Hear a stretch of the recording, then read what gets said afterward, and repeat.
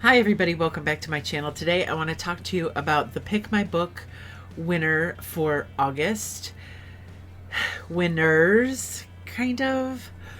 So there were two selections that ran pretty much neck and neck the whole time. One Day in December by Josie Silver and Ghosted by Rosie Walsh. Pretty much tied, and then a late vote for Ghosted came in. And so I thought, okay, I could pick between the two, which one I wanted to read more, or I could read both of them. And I ultimately decided to attempt to read both of them in the month of August. I started with One Day in December because, if I'm being honest with you, this is the one that I did want to read more than Ghosted. So I read One Day in December by Josie Silver. I really liked it. I'll talk to you about it in a minute. But afterward, I picked up Ghosted by Rosie Walsh. And I want to tell you about this one first because I DNF'd it. I can't honestly say that this will be DNF'd forever, but I had to DNF it for the time being because it was so utterly depressing. I made it 7 or 8 chapters in, which isn't saying much because 7 or 8 chapters is really very short. Less than 100 pages. But I made it less than 100 pages into this book, and I just couldn't connect. I couldn't sympathize. So what happened up to that point is that Sarah had met a man named Eddie, and they had 7 beautiful, wonderful days together. And then they both had to go their separate ways for travel obligations. They made plans that at the end of their travels, they would meet up.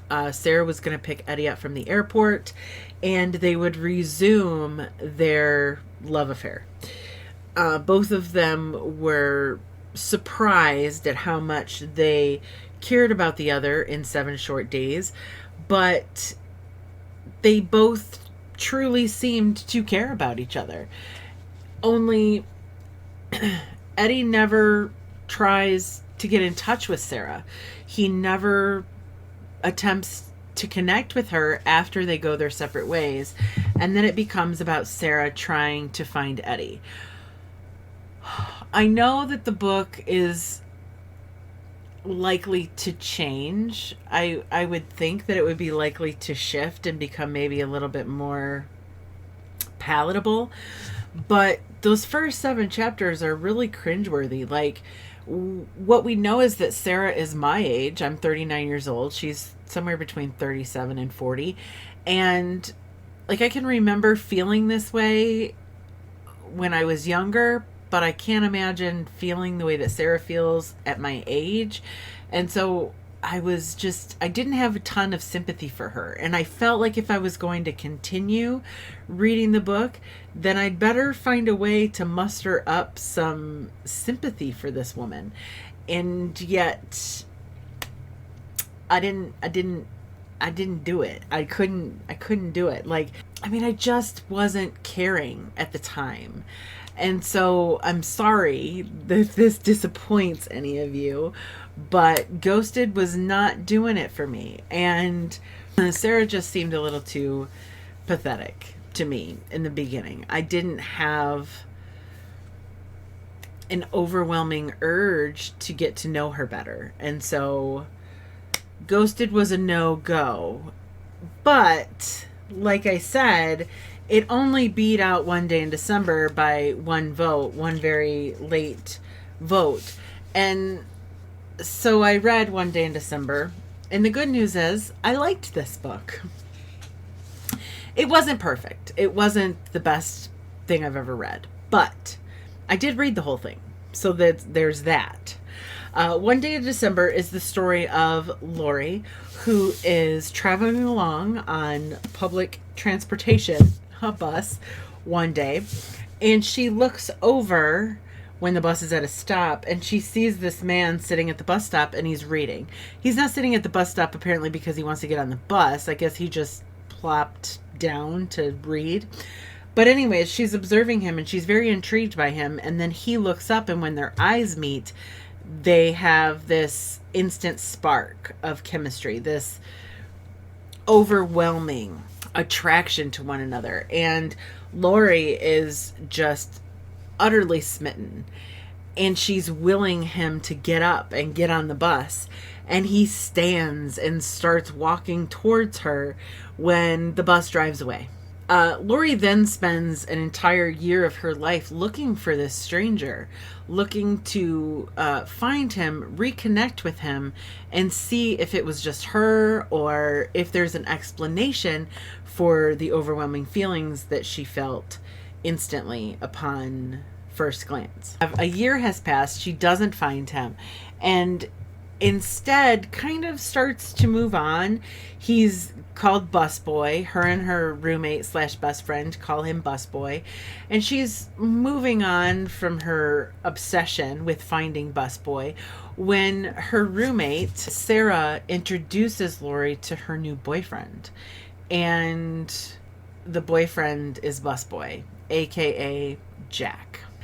Of course, Sarah has done nothing but talk about how much she loves Jack and how she's sure Jack is the one, and how it hasn't been that long, but her and Jack are just perfect for each other, and she's fantasizing about their unborn children and their future together. So obviously, upon learning that Jack is Busboy, Lori doesn't say anything, and neither does Jack. Jack recognizes Lori as the girl on the bus that he saw that day, but they both carry on with this sort of masquerade, and Lori sits by and watches her best friend find happiness with the man of her dreams.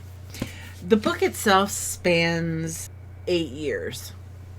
Lori first sees Jack in 2009, and the book ends in 2017. That was unique. I can't say I liked it. I was not a fan of this 8-year format.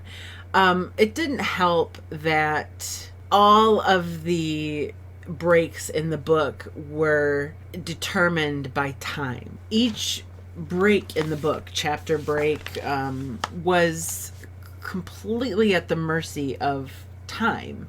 So you get chapter headings called August and December and etc. I feel like I was trying to decide before filming this video, while I was trying to sum up my feelings about the book, if the book spans too much time, or if I just wish that some points of time were more significant.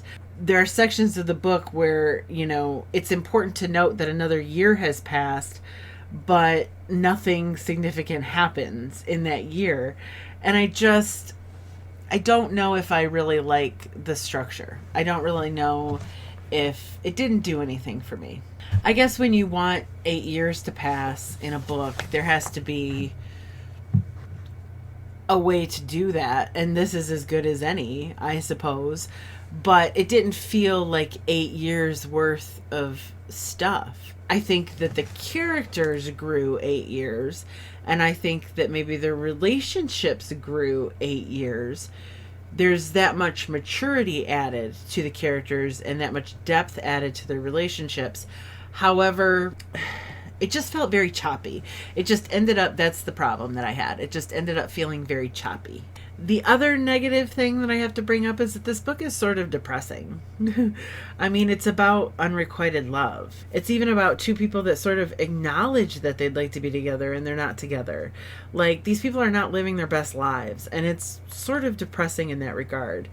It's impossible circumstances for sure. I mean, what do you do when your best friend, the person who's closest to you at your current place in life, is madly in love with somebody that you're sure is meant to be yours? I mean, how do you justify breaking your best friend's heart for a dude that you saw on the side of the road one day? Absolutely. Like, there's no question that, you know, the way that things happen in this book, it's necessary. Ugh, it's pretty depressing. Like, the entire time, you know, even when Lori experiences happiness in her life, even when Lori attempts to move on and find for herself what Jack and Sarah have, there's always this just shroud, this this umbrella of big bummer, it's just like, well, this is, everything else is second best, and she's settling, and she's trying to convince the reader and herself that she's perfectly happy with the way that everything's turning out, and it just is sad. It's just really sad. So you're just kind of like, Now, that would be okay if the end of this book made up for that, but it doesn't. And I'm not saying that nothing good happens. Like, there's a happy ending for Lori. There absolutely is. But it's brief, and it's just a glimpse of a happy ending. And I just wish that the scales were a little bit more evened out. We spent all this time kind of bummed out by the fact that our girl can't have what she wants. And then, when our girl finds what she wants and finds happiness, it's like, okay, she's happy, the end. It's very, very brief. And I wanted more of the goodness. I wanted more goodness to fill up the hole that this book insisted upon drilling into my soul, into the deep, dark recesses of but there wasn't. There was just a real clipped, and they lived happily ever after, the end, bye-bye, Not that I don't believe that Lori didn't get her happiness. I feel like she did, but I needed to see it. I needed to experience it, and I needed to live that through her eyes for a little while, because what I'd been living through her eyes was just, like I said, a really big bummer, a really big drag. So those are my criticisms of the book. But like I said, I do still think that this is a worthwhile read. I am happy that I read it. I did enjoy it. I think that it's different from most of the books that I would read, especially, typical romance books that I would read. It's different, and I liked Lori, and I liked Jack. What I'm really happy about, though, is that the author didn't resort to villainizing Sarah. For instance, this book reminds me quite a lot of Something Borrowed by Emily Giffin, and if you are unfamiliar with that book, it's about a woman who knows this guy all through college and secretly crushes on him. And then the second that he meets her best friend, the best friend just swoops in and claims him and decides that they're going to live happily ever after. So our heroine is really upset. The hero and heroine of the story do some pretty awful things, but those awful things are justified by the fact that the best friend character, the one who currently has the man, is villainized. In that particular instance, she's obnoxious, she's self-centered, she's selfish. Kind of the author uses that to make it okay for our heroine and our hero to do things that aren't becoming of a good hero and heroine. Whereas in this book, One Day in December, Josie Silver completely avoids villainizing our best friend, the one who currently has the guy, in any way, shape, or form. Sarah is a truly enjoyable character, and I'm really happy that the author stayed mature about it.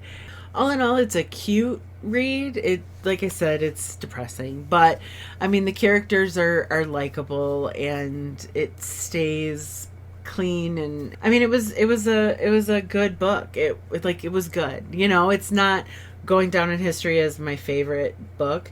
I'm a little surprised that it made it to Book of the Month.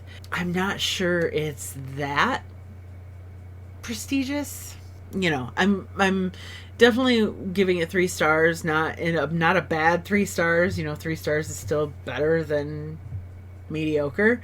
It's just like your friendly neighborhood romance novel. I hate talking chick lit or women's fiction. I mean, technically this is a romance, but romance has become its own monster, its own beast, and therefore it's pushed books like One Day in December into a different category that unfortunately has been labeled chick lit or women's fiction, where your romance novels these days are typically explicit, tropey. Those are the kinds of books that pile up under the romance sign. And this isn't that kind of book, even though, it's all about a relationship and it's all about a happy ending. And, even though it does check all the boxes of romance, it's a very muted romance novel. That's what I would say, is it's very muted. So I'm sorry about Ghosted. If you were really hoping that that was the book that I would get through in August, maybe I will again one day. If you were hoping that I would read One Day in December, then I'm hoping that what I had to say about it satisfied your curiosities, whether it made you want to read the book more or want to not read the book more. If you have questions about it, though, you can always ask me those down in the comment section below, as well as share your thoughts with me on One Day in December, or how you feel about the fact I didn't make it through Ghosted.